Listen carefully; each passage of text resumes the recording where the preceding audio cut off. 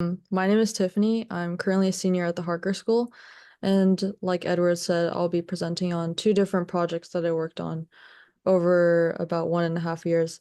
The first one is the synthesis and biological profiling of C19 silyl and trityl ether andrographolide analogs as preclinical leads for modulators of Nf-kB and the Wnt1 pathway in colorectal and breast cancer cells.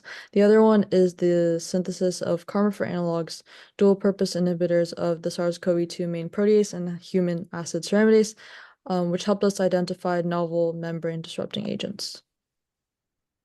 So to give a brief outline, I'll be following the same outline for both projects, but I'll be giving a brief background on the molecule itself, andrographolide or Carmofur, and then going into the analog design and synthesis, and then the specific in vitro activity and the assays that we decided to run, and then revealing some of the ongoing studies that we're currently doing. So to provide a brief introduction about andrographolide, well, it's a natural product isolated from the plant Andrographis paniculata, and it's known to have unique anti-cancer and antibacterial capabilities, and it is composed of 3 different rings, the C-ring butanylate, B-ring exocyclic olefin, and A-ring 319 diol system, which we specifically want to focus on for modifications. It exhibits anti-cancer biological activity by modulating the Nf-kB transcription factor, which is at the crossroads of a myriad of cell-signaling pathways that are related to cell survival and cell metastasis, which is related to cancer development. Andrographolide binds to the cysteine 62 residue of the P50 subunit of Nf-kB, and therefore makes it an anti-cancer drug. So why natural products? Well, our lab is particularly interested in natural products because we believe it is our job as synthetic chemists to take these products from nature and then make them more potent and less toxic. And on the left here, you can see a pie chart showing how 4% of the current FDA-approved drugs are natural products, while 19% are analogs of natural products. On the right, you can see some of the cancer therapeutics currently out there inspired by natural products. For example, Taxotere has a few modifications at the blue highlighted areas, and midostaurin also similarly has a modification compared to its natural product component, which is staurosporine. Specifically, we want to look at the C19 position, given previous literature precedent by this group in Thailand, which found that an andrographolide analog with the trityl group at C19 and also another analog with the TBDPS group at C19 and epoxide at C17 exhibited interesting inhibition of the Wnt beta-catenin pathway. So specifically, the trityl compound they found to inhibit the beta-catenin pathway, but more interestingly enough, the TBDPS epoxy exhibited a GSK3 beta-dependent mechanism, which therefore then phosphorylates beta-catenin and ubiquitinates it, and therefore does not let it enter this nucleus. So this renders the question, do large hydrophobic substitutions at C19 lead to the andrographolide analog acting through the Wnt beta-catenin pathway? In addition to previous literature, we also found that when we injected andrographolide into mice, the C19 hydroxyl is easily sulfonated and therefore doesn't allow for key hydrogen bonds to form between the Nf-kB DNA protein complex and the diol system. And this significantly attenuates andrographolide anti-cancer abilities. So in order to prevent this metabolic liability as well, we want to synthesize a library of trityl and silyl protected analogs at C19. For the synthesis for the trityl ethers, although it took some troubleshooting at first, we utilized the respective trityl chloride and the pyridine, and then heated it to 70 degrees Celsius or just left at 18 degrees Celsius. But for the silyl ethers, we saw that we had to vary the different conditions we use. For example, for the TIPS compound, compound 5, we used the triflate instead of the chloride, because the triflate is more reactive than the silyl chloride, and therefore allowed us to produce more of the product, achieving a 94% yield.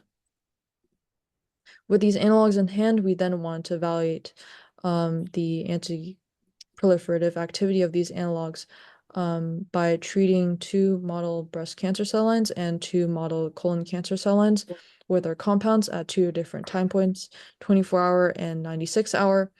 We saw that on the left, you can see our compounds relatively performed a lot better than the andrographolide compound itself.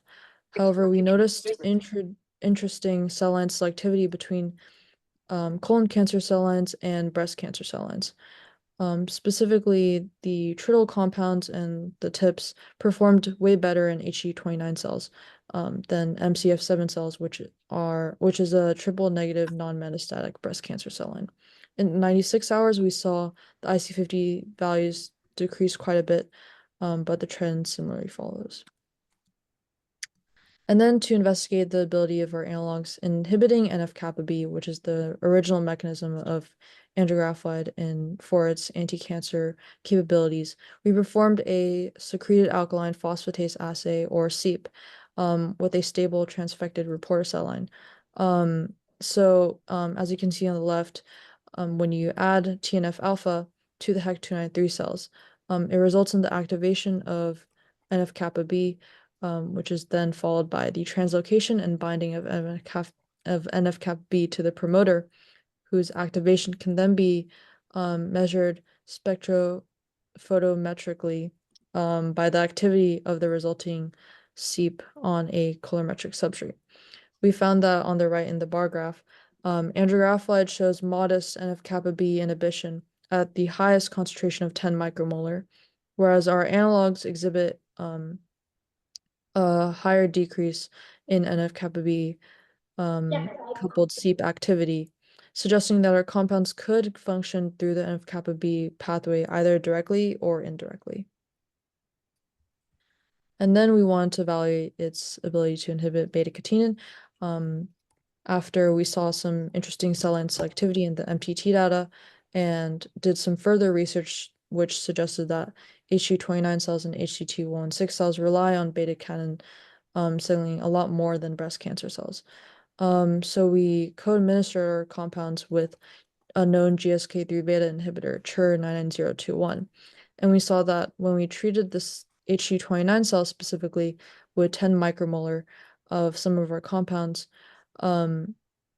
we saw attenuated antiproliferative activity of specifically the trityl series, so compounds 2, 3, 4, and the TIPS and TBDPS compounds 5 and 7, respectively, suggesting that these analogs in HE29 cells could bear greater dependence on beta-catenin signaling. And then we wanted to investigate whether administering these compounds could alter the localization of beta-catenin from the cytosol to the nucleus. However, after overlaying images of the nuclei stained and beta-catenin labeled elixiflor antibody images, we saw that there was overall a not really significant difference in the localization. And so that leads us to our ongoing studies where we are using 2 different luciferase assays. One is using a top flash reporter plasmid, which contains the wild type TCF or LEF binding sites upstream of a luciferase reporter, and using a FOP flash negative control to indicate the specificity of our compounds in the inhibition of WNT signaling to further elucidate if our compounds actually result in inhibited beta-catenin signaling. We also are currently working on another assay using a beta-catenin reporter cell line 3T3, which contains some engineered expression of the luciferase reporter gene, and in the presence of WNT promoters, we could use fluorescence in order to determine if our compounds downregulate this luciferase expression. And moving on to the second project, acetoramidase is one of the targets of Carmofur, and acetoramidase is an enzyme responsible for breaking down D12 ceramide, which is a pro-apoptotic agent, meaning that it is vital in carrying out normal programmed cell death. And acetoramidase breaks this down into sphingosine and fatty acid, which are both, which is anti-apoptotic, and leads to cancer proliferation. And in fact, 40% of primary prostate cancer tissue demonstrate AC overexpression. And so by inhibiting acetoramidase, ceramide breakdown is reduced, thus inhibiting the growth of cancer tumors and cell proliferation and maintaining normal apoptosis levels. Carmofur was initially developed in 1981 in Japan as a prodrug of the chemotherapy agent 5-fluorouracil, as you can see on the right. And it was later found to inhibit acetoramidase, and a specific mechanism that people propose is that Carmofur covalently modifies the catalytic cysteine 143 residue, which then deactivates the thiocarbamate and releases the 5-fluorouracil moiety. And later on during COVID, researchers were looking for a new and effective and fast way to get a new treatment to combat the SARS-CoV-2 pandemic. And so some of the researchers looked towards drug repurposing because it offered a more accelerated pathway to identify lead compounds. For example, on the left and on the right, you can see graphs that show that repurposed drugs have an accelerated regulatory approval of 4 years versus 11 years for new drugs. And on the right in the graph, the success rate of repurposed drugs is a lot higher than the success rate for new drugs. So drug repurposing is especially important for diseases that need to be urgently addressed, such as COVID-19. And on the right, you can see a few important drugs that were initially discovered for one target and then repurposed for a different target. For example, the first molecule, its original target was an anti-cancer agent. However, then it was repurposed for HIV. Similarly, Carmofur was originally discovered as an anti-cancer agent, and then it was repurposed and found in 2020 from a high-throughput screen to be an inhibitor of the main protease of SARS-CoV-2. And so because Carmofur has two different targets, we wanted to probe the structure-activity relationship of Carmofur and its analogs against these two targets through a systematic library of analogs that I'll show later. For the main protease, it is a promising target for anti-COVID treatment because it is crucial in the viral replication of these SARS-CoV-2 viruses. And therefore, it's a pretty decent target to inhibit if you want to treat COVID-19. In terms of the actual mechanism of inhibition for Carmofur, it follows a similar route as its mechanism for acetoramidase, where the thiol group on cysteine 145 is acylated, and then the 5-fluorouracil moiety is released. And after this after these initial project goals, we wanted to turn to previous workflows established in our group by a lot of different people, such as Rosie Chen, who published in ACS Omega a useful way to use 19F benchtop NMR to provide more mechanistic insight into multi-component reactions, as well as more recently published work by Njoo and others to examine the keto-enol tolerization for the production of non-steroidal anti-inflammatory drugs. So for the synthesis of Carmofur analogs, we identified this as an opportunity to utilize benchtop 19F NMR to optimize this reaction. And previous members in our group optimized a previously sluggish reaction using pyridine and 72 hours of time with less than 35% yield, and turned it into a more shortened reaction time of only 90 to 120 minutes and a lot larger yield of over 70%, as well as a more greener solvent, NMP. So with this successful optimized procedure in hand, we then turned our attention to Carmofur analogs and wanted to apply this rapid reaction workflow to prepare them. So we then designed this library of both urethane and single atom substituted analogs. So as you can see on the top, we inserted different aryl and aromatic chain, and as well as alkyl chains to Carmofur, in addition to a single atom substituted library that I will go more in depth later. So in particular, we designed our dodecyl and octadecyl urethane analogs with structures that imitate the lipophilic ceramide that acetoceramidase breaks down, and in order to hopefully increase the binding efficiency of our analog to acetoceramidase. In addition, we wanted to probe the effect of different electrophilicity levels at the carbonyl on binding affinity as well as the biological activity of the analog.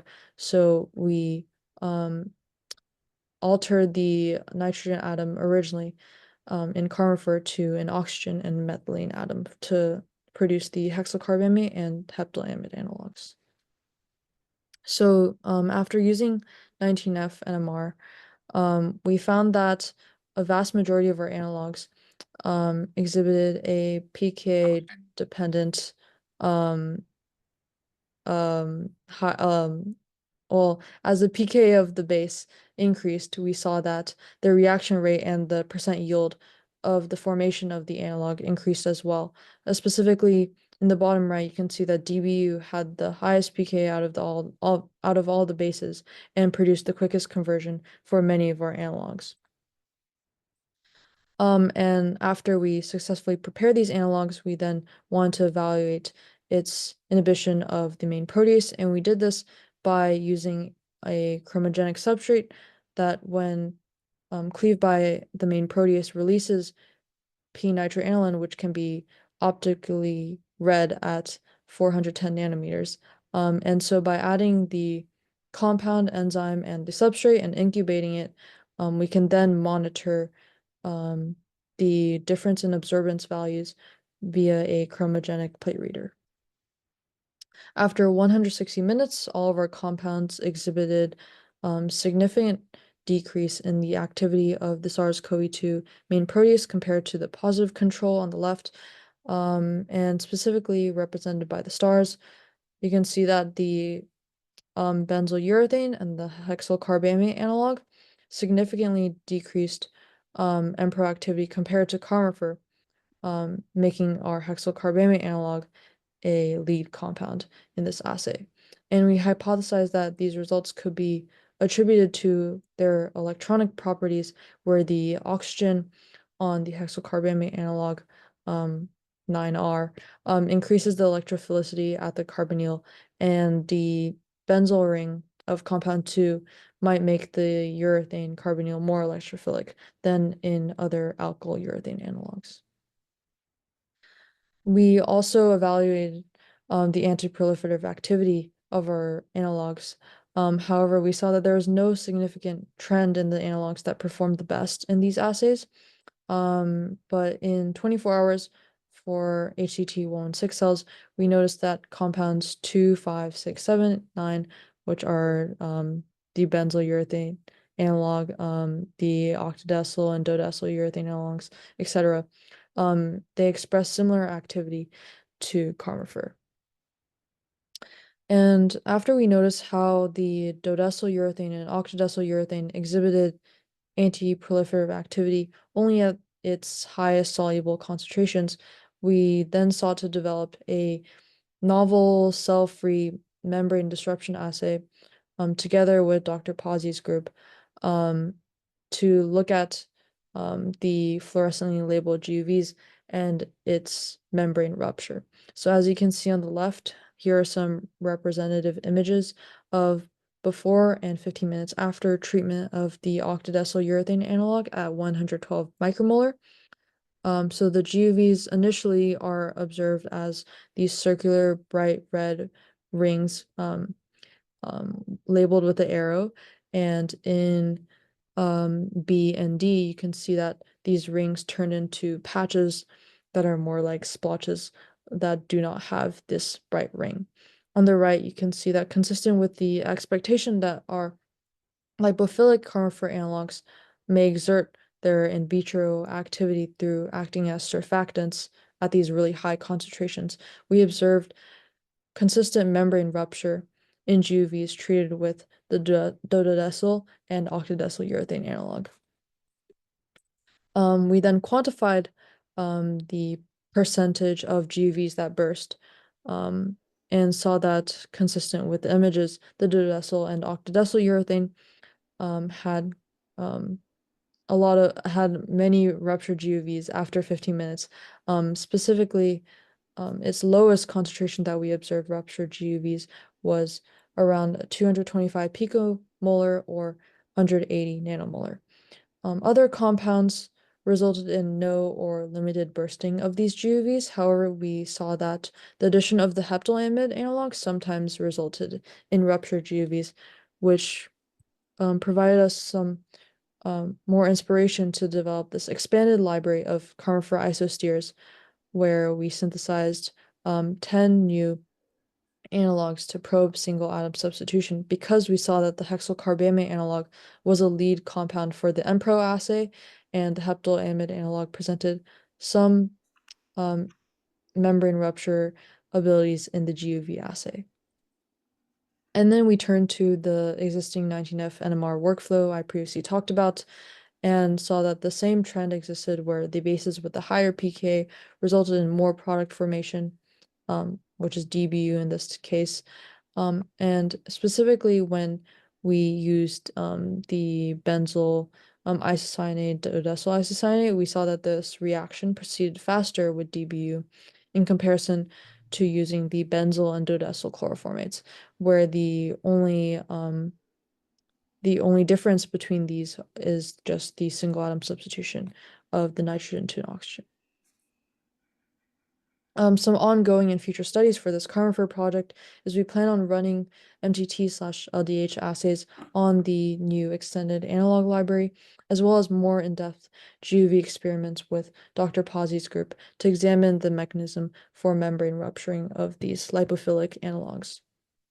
Finally, I'd like to conclude with some acknowledgements, specifically towards my hard-working project members currently in the new lab, as well as other labs such as Dr. Pazzi's lab, as well as extending my thanks to lab alumni who helped significantly in the first stages of this project, and as well as my advisor, Dr. Edward Njoo, for providing a lot of guidance and support throughout both of these projects.